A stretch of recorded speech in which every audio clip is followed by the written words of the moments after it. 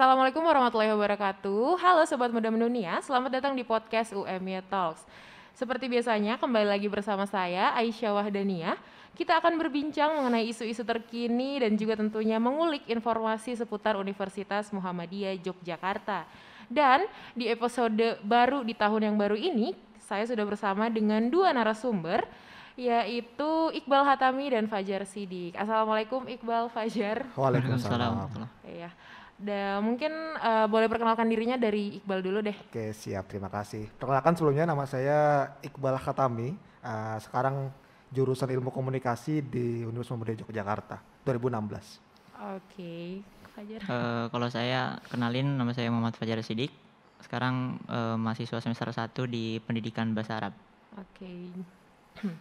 Nah, Sobat Muda Mendunia, tahun baru itu kita sangat dekat dengan yang namanya resolusi. Sedikit-sedikit ditanya, apa sih resolusi di tahun ini? Padahal di tahun 2020 kemarin kita banyak sekali menghadapi hal-hal yang mengejutkan. Dan hal-hal ini tidak sedikit membuat orang menjadi pesimis untuk tahun ini. Nah, kalau menurut Iqbal dan Fajar, sepenting apa sih kita membuat resolusi? Mungkin boleh Iqbal dulu. Saya dulu ya? Iya. Oke. Kalau bicara resolusi kan sebenarnya itu bagian dari perencanaan hidup ya, yang kita momentumkan ketika biasa menyambut tahun yang baru. Nah, penting banget menurut saya. Kenapa? Pertama, itu bisa jadi momentum kita untuk memfokuskan kembali apa yang kemudian mau kita capai di tahun mendatang. Yang kedua, bisa menjadi bahan refleksi atau evaluasi juga, kira-kira apa saja yang sudah kita lalui setahun ke belakang dan kita persiapkan untuk setahun ke depan. Jadi ya kita wajib sebenarnya mempunyai resolusi sebagai susunan dari tujuan-tujuan hidup kita setahun ke depan, seperti itu. Kalau Fajar sendiri bagaimana nih? Penting nggak sih membuat resolusi? Kalau ngobrolin penting, emang penting banget ya Mbak. Soalnya kalau misalnya saya boleh ibaratin, resolusi itu ibarat kayak sinar matahari yang biasa kita terima tiap hari gitu. Kayak yang kita tahu, kalau misalnya nggak ada sinar matahari, semua makhluk yang ada di bumi itu pasti bakal mati. Nah, makanya kita nggak usah heran kalau misalnya banyak orang yang ngomong bahwa sinar yang dipancarkan oleh mentari itu menjadi sumber harapan untuk berlangsungnya suatu kehidupan. Nah, kalau misalnya sinar yang dipancarkan mentari itu menjadi sumber harapan untuk berlangsungnya kehidupan, maka sinar yang dipancarkan resolusi itu menjadi suatu harapan untuk terwujudnya suatu masa depan. Dengan kata lain, masa depan yang bakal kita nikmati hari esok itu bermula dari resolusi yang kita bentuk di hari ini. Itu. Jadi, dan kadang cuman kita itu sering nyamain resolusi dengan harapan, padahal dua hal itu ada sedikit perbedaan. Kalau misalnya harapan itu kita cuman mimpi doang gitu. Cuman kalau misalnya resolusi ada komitmen yang kita lekatkan di dalam sana gitu. Makanya kenapa buat sebagian orang ada orang yang bermimpi dan kemudian mimpi itu berubah menjadi suatu hal yang benar-benar terjadi, dan yang buat sebagian lain mimpi itu hanya berakhir sebatas delusi dalam diri gitu. Jadi impian itu hanya sebatas khayalan dalam pikiran, nggak bisa terrealisasikan dengan nyata. Itu. Berarti dalam membuat resolusi juga kita perlu merealisasikannya ya, tidak hanya bermimpi. Nah, kalau boleh tahu nih untuk kalian berdua, apa sih resolusi di tahun 2021 ini? Kalau bicara kita ya, saya sebagai generasi muda gitu, yang usia yang masih 20-an, tentu sebenarnya lagi banyak-banyaknya mimpi nih, banyak-banyaknya harapan, banyak-banyaknya tujuan-tujuan tertentu yang ingin kita capai. Sebenarnya kalau kita yang anak muda ini kan biasanya mengalami fase namanya quarter life crisis ya, artinya banyak kecemasan yang hari ini kita alami, baik dari segi finansial, dari segi karir misalkan, atau dari segi pendidikan dan lain sebagainya. Kalau saya pribadi tentu yang pertama harapannya di tahun depan saya bisa kemudian mencapai tujuan-tujuan yang tahun 2020 belum sempat saya capai, baik itu dari segi tujuan-tujuan tertentu seperti gerakan-gerakan yang bisa saya dedikasikan untuk orang banyak, karya-karya berupa publikasi tulisan dan lain sebagainya, dan juga bisa berupa kemandirian dalam finansial, serta harapan-harapan lain yang tentu banyak aspek yang harus dipenuhi dan dituntut untuk kita miliki di usia yang sekarang ini, saya pikir seperti itu. Kalau Fajar bagaimana? Buat Resolusi 2021. Di 2021 kurang lebih saya yang pertama itu saya ingin ngebuat diri saya sama orang-orang di sekitar saya itu pertama merdeka dalam beragama. Jadi dalam artian saya ingin semua kita itu menjadi muslim itu karena pilihan, bukan lagi karena faktor turunan gitu. Dan yang kedua, saya juga ingin kita semua itu merdeka dalam belajar. Kita memandang bahwa belajar itu aktivitas yang dijadikan sebagai kebutuhan, bukan lagi sebagai tuntutan gitu. Dan akhirnya saya juga pengen kita semua itu punya prinsip yang sama dalam belajar, di mana kita itu belajar bukan karena nilai, tapi kita menjadi bernilai karena menjaga konsistensi dari belajar itu sendiri. Keren banget sih. Kalau saya sendiri resolusi 2021 ya menjadi manusia yang lebih baik dari 2020 sih. Dan nah berbicara tentang 2020, kita itu kan bisa dibilang 2020 adalah tahun yang sulit ya. Sulit. Pandemi, bencana, kemudian permasalahan-permasalahan seperti politik mungkin. Nah, itu kan membuat banyak rencana-rencana kita yang gagal. Nah, kalian pribadi nih, masih optimis nggak untuk menjalani tahun 2021? Siapa dulu nih? Saya dulu. Bebas. Pertama, kalau melihat tahun 2020 mungkin saya sepakat ini tahun yang berat. Tahun yang mungkin banyak menggagalkan kita dari banyak hal, banyak rencana, banyak yang menjatuhkan kita juga, bahkan kita banyak kehilangan juga, baik kehilangan pendapatan, kehilangan kesempatan, peluang dan lain sebagainya. Tapi kalau saya melihat 2020 ini sebenarnya sebagai sebuah momentum untuk kita mentransformasikan diri sebenarnya. Artinya kalau kita lihat secara hikmah, ini kan sebenarnya bukan menggagalkan, tapi mendorong kita untuk bertransformasi, untuk mendirikan inovasi yang lebih baik dalam berbagai hal. Misalkan hari ini kita kuliah secara online, kita rapat secara online, dan banyak hal kita lakukan secara online. Artinya aktivitas yang dulunya kita lakukan secara offline, sekarang kita transformasikan menjadi online. Ini kan sebuah transformasi perubahan. Nah, banyak hal aspek yang sebenarnya kita bisa rubah. Artinya hal-hal yang kemarin gagal mungkin kita lupa untuk mentransformasikan, atau kita perlu mentransformasikan ulang sebenarnya untuk kemudian bisa menyesuaikan dengan keadaan hari ini. Jadi ketika kemarin kita gagal, ketika kemarin kita jatuh, kita kehilangan banyak hal, itu sebenarnya bukan akhir dari segalanya. Ketika kita jatuh bukan berarti kita kan nggak bisa bangkit lagi. Ketika kita kehilangan juga bukan berarti kita nggak bisa bergerak lagi. Jadi kemarin jadikan pelajaran, dan besok sebenarnya kita bisa lebih optimis lagi, karena hari ini kita menemukan banyak jalan keluar lain, seperti misalkan hari ini kita dihadirkan dengan platform-platform online yang bisa menunjang aktivitas kita. Kita hari ini juga hidup di era baru yang kita secara berjenjang sudah mendapatkan progres yang baik dari solusi yang kita hadapi hari ini, baik dari segi pandemi, perekonomian, sampai kemudian hal-hal lain yang sempat terjegal. Jadi jujur saya juga dulu di awal pandemi ya, mungkin 1 bulan 2 bulan pertama juga sebenarnya bingung. Ini kita mau ngapain kayak gini, terjebak ya, istilahnya terjebak dalam kondisi. Tapi dari situ kan kita sebenarnya berpikir dalam artian gimana caranya kita bisa keluar dari kondisi seperti ini. Artinya kondisi seperti ini sebenarnya menyuruh kita untuk berpikir, menyuruh kita untuk keluar. Dan kalaupun kita hidup lurus-lurus saja tanpa ada tantangan seperti ini, apakah kita yakin kita benar-benar akan berkembang dengan baik seperti itu? Jadi hikmahnya lumayan besar, dan tentu kita optimis bisa melewati ini semua seperti itu. Fajar bagaimana? Kalau tentang masalah optimisme, emang apa ya Mbak, saya emang dari kecil emang dididik buat jangan jadi orang optimis. Dalam artian ya, orang tua saya jangan jadi optimis tapi jadi orang tawakal, katanya gitu. Soalnya kata beliau tuh ada perbedaan tipis di antara orang optimis sama orang tawakal. Kalau orang optimis itu menganggap bahwa dia itu bisa. Tapi kalau misalnya orang tawakal itu orang yang menganggap dan percaya bahwa Allah akan menjadikannya bisa. Nah gitu, makanya orang-orang yang optimis itu ya bahasanya sebenarnya dalam satu sisi ya kita perlu optimis, cuman harus ada konsep tawakal juga yang harus dimasukin ke sana gitu. Dan untuk masalah pandemi sebenarnya gitu, pandemi itu menjadi satu halang rintang atau bukan itu sebenarnya tergantung kita melihatnya dari perspektif yang mana. Kalau misalnya kita melihat dari perspektif kemanusiaan ya mungkin ini suatu hal yang besar gitu, dan kalau misalnya kita mengandalkan kemampuan dalam diri kita sendiri itu mungkin jadi PR yang besar juga gitu. Cuman kalau misalnya kita mandang dari perspektif ketuhanan, pandemi ini bisa dilewati gitu. Makanya kalau misalnya buat saya permasalahannya itu bukan terletak di kita itu percaya atau enggak bahwa kita mampu bisa melewati pandemi ini dan mewujudkan setiap resolusi yang kita bentuk buat tahun depan gitu. Cuman permasalahannya itu terletak di kita itu mau atau enggak gitu, mati-matian ngedeketin yang nyiptain pandemi ini gitu. Soalnya kalau misalnya kita udah dekat sama Tuhan, Allah itu bakal ngasih jalan, dan jalan itu yang bakal ngeringanin beban pikiran kita dan membuat gerak langkah kita itu menjadi mudah buat merealisasikan semua resolusi tersebut.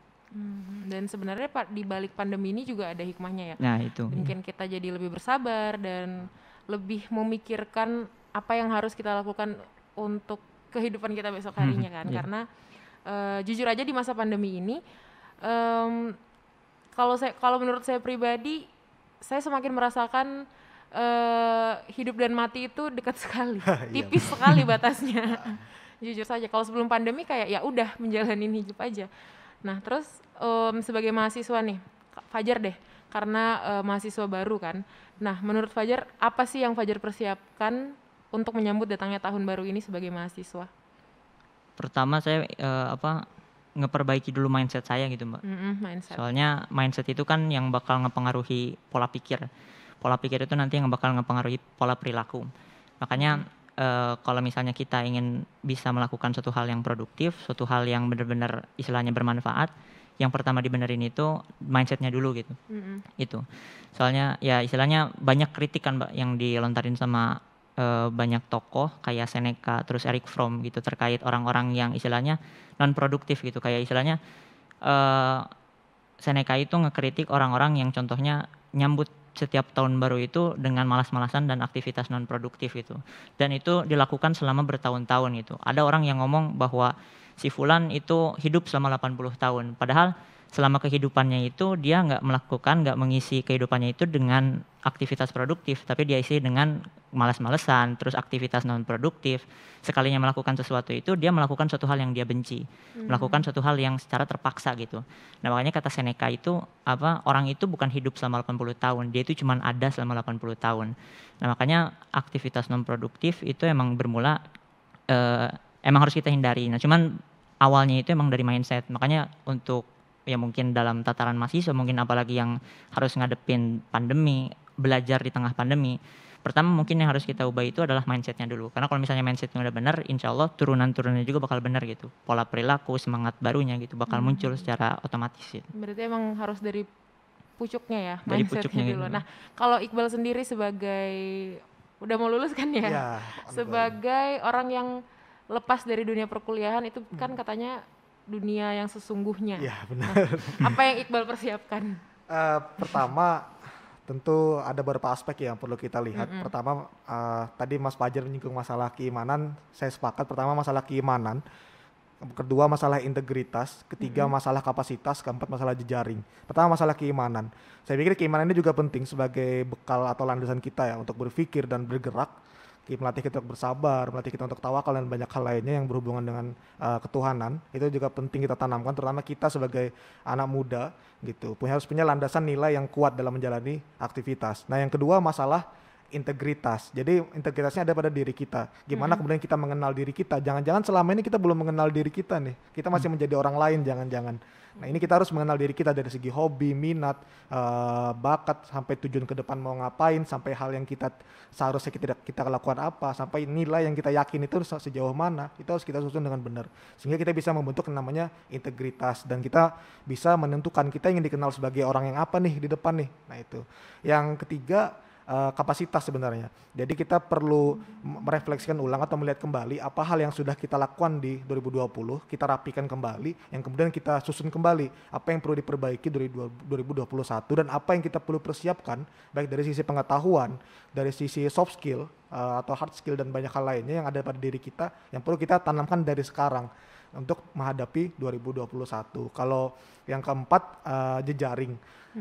Kita karena kan selama 7 bulan ini kita banyak berjauh-jauhan ya, banyak terhalang jarak, artinya komunikasi secara kultural kita juga banyak terhambat, kita jadi menjadi jauh dengan beberapa orang, atau justru kita lebih banyak aktif di sosial media tapi di sosial kita lebih sedikit aktif. Nah jadi kita perlu sebenarnya untuk mendekatkan kembali diri kita dengan orang-orang di sekitar, dengan teman-teman kita, dengan sahabat-sahabat kita, dan dengan orang-orang lain yang kita kenal sebelumnya agar circle pertemanan kita terjaga yang pertama. Yang kedua, kita perlu memperluas jejaring sebenarnya. Karena jejaring ini penting, semakin banyak orang yang kita kenal, maka semakin besar kemungkinan ke depan kita akan berkolaborasi dengan banyak orang. Karena semakin kita tua istilahnya, circle kita kan akan menyempit. Nah, tapi bukan berarti dengan menyempitnya circle tersebut kita pasrah dengan keadaan. Semakin kita banyak mengenal orang, maka kita gampang untuk membentuk circle-circle baru yang akan kita ajak untuk kolaborasi dan sinergis. Nah, karena kalau berbicara generasi muda sekarang, saya pikir tidak ada generasi muda atau orang tua sekalipun yang bisa menjadi besar hanya dengan dia sendirian. Pasti dia memerlukan orang yang di belakangnya. Di belakangnya, di sampingnya, di depannya seperti itu. Jadi kunci sukses untuk 2021 sampai tahun-tahun setelahnya mungkin adalah kolaborasi sebenarnya. Jadi apa yang bisa kita lakukan bareng-bareng, mari kita lakukan bareng-bareng ke depan dan perlu merawat jejaring ini sebenarnya. Seperti itu kalau dari saya. Nah, kita kilas balik dong di tahun 2020.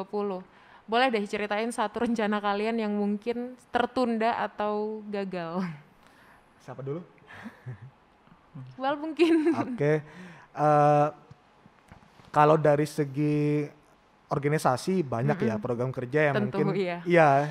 di BEM yang banyak tidak jalan, tapi ada juga yang kita transformasikan jadi online, jadi hybrid tuh ada. Kalau dalam diri hidup saya sebenarnya lebih kepada target-targetan dalam hal kapasitas ya. Karena selama 3 bulan dari awal pandemi sampai bulan Juni jujur saja saya banyak berdiam diri di rumah dan tidak melakukan aktivitas yang tidak banyak melakukan aktivitas yang produktif istilahnya.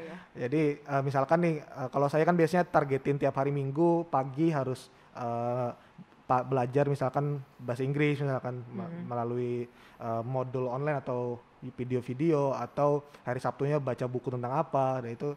Nah selama pandemi kemarin itu sempat kacau rencananya, jadwalnya kacau karena pulang ke rumah juga. Dan karena mungkin kaget juga ya. Kaget dan panik kan kita, panik masalah kesehatan, panik masalah keluarga juga, jangan-jangan nanti keluarga kita yang kena atau kita yang kena. Ya lebih banyak mikir ke sana, tapi semenjak bulan Mei Juni kan kita sudah terbiasa, akhirnya kita bisa merapikan ulang lah yang kemarin gagal, coba kita rapikan, kita lakukan lagi. Seperti itu. Termasuk skripsi juga. Sempat mandek lah, bimbingan kan juga bingung kan kemarin gimana. Tidak apa-apa, itu kan butuh mental juga ya. Iya benar. Nah kalau Fajar sendiri bagaimana? Kalau di tahun 2020 kemarin kebetulan saya jadi ketua panitia acara perpisahan tuh Mbak. Nah itu kendalanya mungkin yang awalnya kita udah nyusun dari awal, udah mau puncak ternyata ada pandemi kan gitu. Dan itu istilahnya bener-bener drop dan istilahnya nyinggung ke semua aktivitas gitu. Soalnya saya harus ngurusin tentang biaya panggung yang udah dibayar. Terus istilahnya semangat-semangat teman-teman yang udah pada nurun kan itu langsung keputusannya tuh wisuda online katanya gitu, wisuda online dan itu emang lebih ribet gitu, emang lebih ribet. Dan kalau misalnya untuk pribadi mungkin hampir sama kayak Mas Iqbal tentang masalah kapasitas gitu. Jadi emang saya itu emang udah kenapa dimasukin pesantren kan dulu emang gara-gara ya biar gak terlalu nggak produktif juga gitu Mbak. Jadi kalau misalnya di kamar sendirian ada kasur, gravitasinya makin gede gitu ya Mbak. Nah, makanya jadi makin ada dorongan buat terus rebahan. Banyak kegiatan ya. Kalau di pesantren kebetulan pesantren saya juga kan disebutnya itu sekolah 59 Mbak. Soalnya kita itu mulai belajar dari jam 5 subuh sampai berakhir jam 9 malam gitu. Itu makanya emang lumayan padat dan itu belum ditambah sama jam ekstrakurikuler sama organisasi. Makanya dulu emang padat banget dan waktu pandemi wah itu emang semuanya kacau. Jadi waktu saya pertama pandemi itu pelongo gitu Mbak, mau ngapain gitu. Kalau misalnya kita kumpul-kumpul nanti dimarahin sama aparat gitu, dibubarin atau gimana. Kalau misalnya nggak kemana-mana saya juga bingung mau ngapain gitu di kamar. Ujung-ujungnya ya akhirnya waktu itu saya ngelanjutin buku yang waktu itu ketunda gitu. Buku waktu di pas kelas 1 SMA. Saya ngerancang ulang, akhirnya selama pandemi alhamdulillahnya tuh kekejar gitu. Selesai ya? Ya lagi ya insya Allah kalau gak ada hambatan bulan depan udah dipublish insya Allah. Oke. Gitu. Nah, kalau saya sendiri banyak sekali sih rencana yang tertunda, salah satunya tuh pulang kampung. Oh belum sempat pulang berarti kemarin? Belum sempat, udah kurang lebih 2-3 tahun. Rencananya tahun ini cuman ternyata ada pandemi, saya juga khawatir kan sama keadaan orang tua kan di sana udah gimana gitu, takutnya saya malah jadi ini pembawa. Nah, kalau mendengar cerita kalian berdua tadi itu bisa saya simpulkan berarti meskipun pandemi ini hal yang buruk, meskipun 2020 ini yang adalah hal yang buruk, ternyata masih ada satu celah untuk kebaikan datang ya. Kayak tadi Fajar contohnya, dia buku tertunda udah lama banget. Pas pandemi ternyata malah kejar seperti itu. Nah kalau untuk Iqbal nih, tahun 2020 satu kata deh untuk tahun 2020. Satu kalimat mungkin ya? Boleh deh. Kebanyakan kan dari kita banyak yang menyalahkan keadaan ya, menyalahkan 2020 sebagai victimnya lah. Tapi sebenarnya ada pilihan lain selain menyalahkan, yaitu pilihan untuk melakukan perubahan. Nah perubahan inilah yang harus kita lakukan seperti itu. Jadi tidak hanya menyalahkan keadaan, tapi kita bisa merancang perubahan tersebut di tahun berikutnya. Kalau Fajar satu kata atau satu kalimat deh untuk tahun 2020. Satu kata boleh Pak? Boleh? Transisi. Transisi. Iya, transisi semua lah itu. Transisi mental, transisi pikiran, transisi pola pikir. Karena banyak sekali perubahan yang kita rasakan ya. Nah, terakhir deh. Satu rencana besar kalian untuk tahun 2021. Satu rencana besar? Melanjutkan pendidikan dan mandiri secara finansial. Dua ya berarti ya? Iya. Kalau Fajar? Rencana besar Mbak? Iya. Ya mungkin yang dua hal tadi Mbak, yang memerdekakan merdeka dalam beragama dan ngebuat orang lain merdeka dalam belajar, itu mungkin. Keren sekali. Nah Sobat Muda Mendunia, itu tadi perbincangan kita mengenai resolusi. Ingat, walaupun tahun 2020 merupakan tahun yang berat, kita harus tetap optimis untuk menjalani tahun 2021. Jangan lupa terus berusaha untuk tidak hanya membuat resolusi namun juga merealisasikannya. Nah, terima kasih Iqbal, terima kasih Fajar untuk waktunya. Wabillahi taufiq wal hidayah. Wassalamualaikum warahmatullahi wabarakatuh. Sampai jumpa di UMS.